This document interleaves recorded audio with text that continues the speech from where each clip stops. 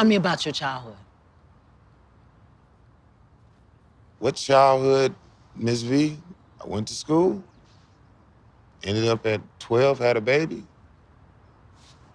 Hold up. You became a father at 12? Yeah, just to make you understand. Think critically.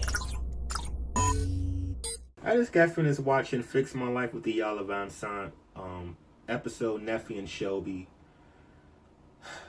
It made me angry, it made me cry, and it made me think all in the same episode. They get to the Fix My Life house, and we're introduced. So we get a little bit of a backstory about who they are. Your behavior speaks volumes about who you think you are.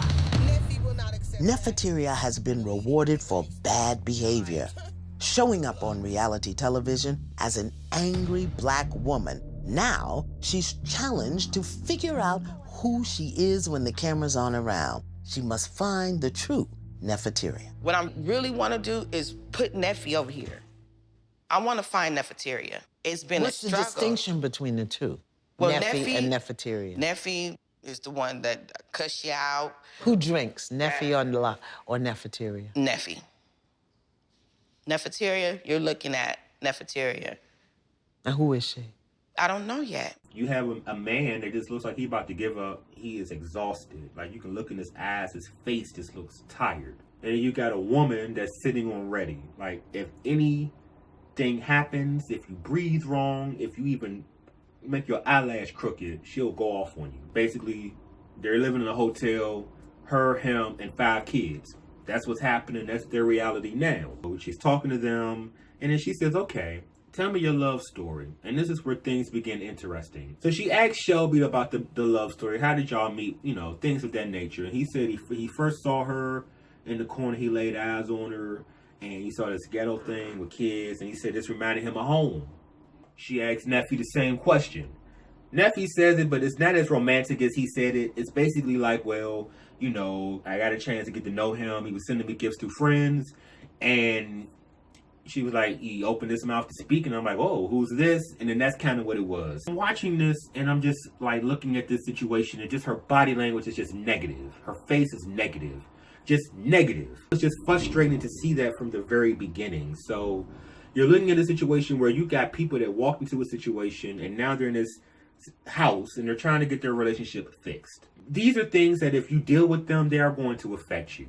So, you know, she's talking to them, and then you can see, and then she asks them, is this the norm for y'all to argue back and forth like that? And that's just what it is. He said, she's the bigger voice.